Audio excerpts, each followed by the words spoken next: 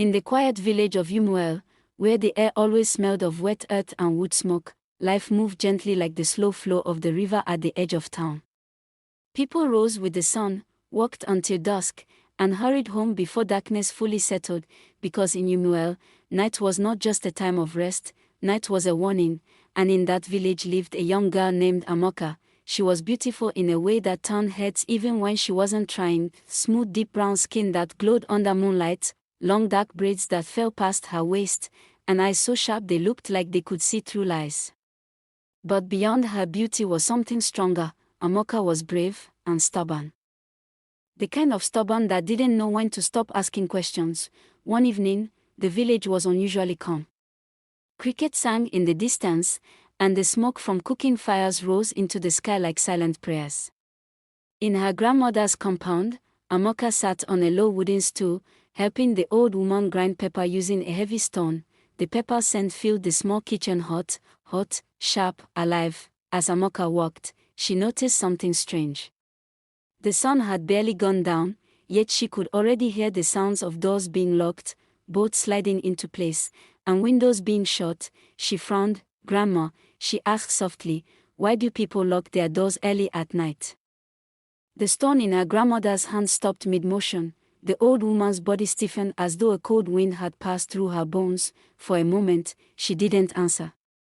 Her eyes dropped to the pepper like it had suddenly become dangerous. Then she looked up slowly, her face tight, her lips pressed into a line. When she finally spoke, her voice had become a whisper, quiet, but heavy. "My child. Some places are not meant for human eyes." Amoka blinked, then she laughed lightly, because old people always spoke in riddles when they wanted to scare children. "Is it witches again?" she asked, amused. But her grandmother.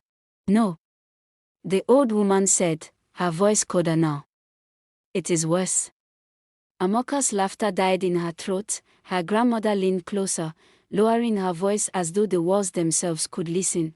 "When midnight comes, a market opens deep in the forest," she said, "a market where spirits buy and sell human destinies." Amoka's smile disappeared instantly. The words felt wrong in the air. Too dark. Too sharp. Too real.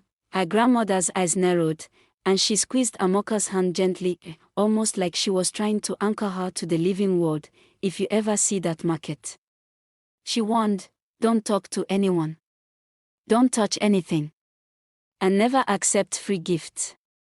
The grinding stone sat forgotten, even the pepper seemed to lose its scent. 2 nights later, Amoka lay on her bed staring at the ceiling, her braids spread across her pillow like black ropes.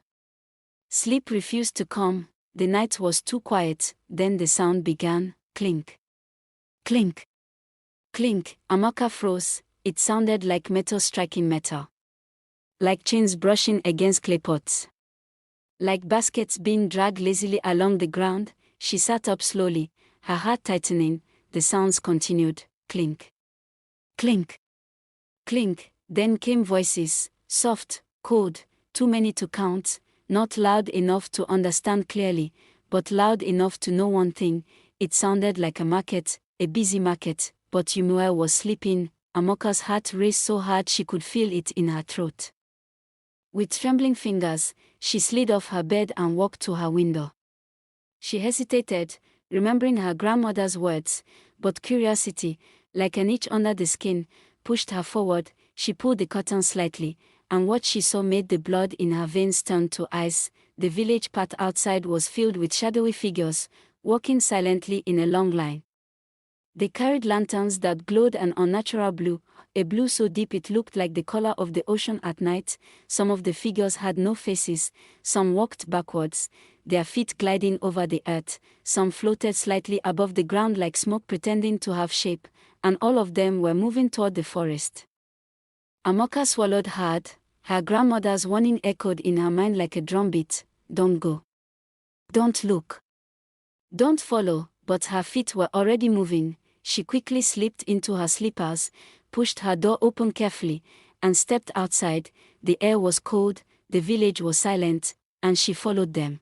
The deeper Amoka walked into the forest, the colder it became, so cold that her skin tightened. and her breath came out like mist. The trees seemed taller than they should be, stretching into the darkness like crooked giants. Above her, the moon flickered strangely, dimming and brightening as if someone was turning it on and off. Her stomach twisted. Then suddenly, she saw it, a market, a huge market. It stood in the middle of the forest as though it had always been there, waiting patiently for midnight to arrive, but it wasn't built like normal markets. There were no zinc roofs, no wooden stalls, no bright painted signboards. This market was made of bones, ash, and old torn wrappers that fluttered like dead leaves. The lanterns were not fire, they were glass jars filled with tiny glowing souls, moving like trapped insects, their light pulsing softly like heartbeats. Amoka felt her legs weaken, and then she saw the traders. Her mouth went dry. Oh God! She whispered, they were not human. One had goat legs and human hands, one had eyes inside his palms, blinking slowly as though watching everything at once. Another had a mouth stretched so wide it reached his ears, and his teeth were too many. Amoka trembled, every nerve in her body screaming to run, but she forced herself to walk slowly, blending in like a shadow. She avoided eye contact, she avoided breathing too loudly. She moved like a ghost pretending to be alive. Amoka passed a stall where a spirit trader held up something inside a calabash. It looked like smoke trapped in clay. But the sound coming from it was unmistakable, a woman's laughter, soft, distant, and wrong, like laughter from a dream turning into a nightmare. At another stall, two spirits argued violently, bargaining as though they were buying yams. Give me his success.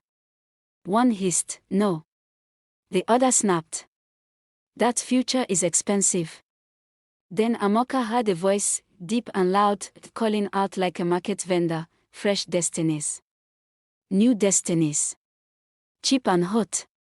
Her body stiffened, she turned slowly, and there it was, a stall selling something she never imagined could be sold, human years, years of life. They were wrapped like smoked fish, bundled neatly and stacked on a wooden tray, as though time was just another thing to measure and trade. Behind the stall sat a tall spirit woman. She looked directly at Amoka, and smiled wider. Oh, a living girl. Amoka's legs became weak. The spirit woman stood up slowly and said, "You've come to buy, haven't you?" Amoka tried to speak but no voice came out. The woman moved closer. Her breath smelled like grave dust. "Don't worry. I'll give you something for free." She stretched her hand and brought out a small golden fruit. It sparkled like treasure. "Take it," she said sweetly. "It will make you rich and beautiful forever." Amoka remembered her grandma's words, "Never accept free gifts." She shook her head, "No thank you." The spirit woman's smile vanished instantly, her eyes turned black. "Then you will pay the other way." Scene 5, the market turns. Suddenly every spirit in the market turned toward Amoka at once. Silence fell, even the lanterns dimmed. Then one voice whispered, "She is breathing." Another whispered, "She has a beating heart." Then another shouted, "A human." The entire market exploded into chaos. Spirits rushed toward her, their voices became louder, angry, hungry. Amoka screamed and ran, but the forest had changed. The trees were now twisted like hands grabbing the air, paths were moving, stalls were appearing in front of her, the market was trying to trap her. Then she tripped and fell, her knee hit the ground, and her palm touched something, a dropped item. A necklace. It was shining softly, and the moment she touched it, everything stopped. The spirits froze, the market went silent again, the necklace warmed in her hand, and a voice whispered inside her ear, "Return it before they notice." Amoka raised her head slowly, and saw the necklace belonged to a small spirit child standing far away. The child had tears in his eyes. Amoka swallowed hard, and in a bold move, she ran to the child and placed the necklace back on his neck. The child's face suddenly changed, his skin became human, his eyes became normal, he looked like a boy. He whispered, "Thank you." And just like that, a bright light burst from his body. The market screamed in pain, the spirits covered their faces, and the boy grabbed Amoka's hand. "Run now." The boy dragged Amoka through the forest like he knew the way. Behind them, spirits chased them with screams.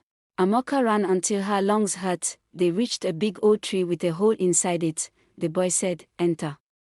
Amoka hesitated.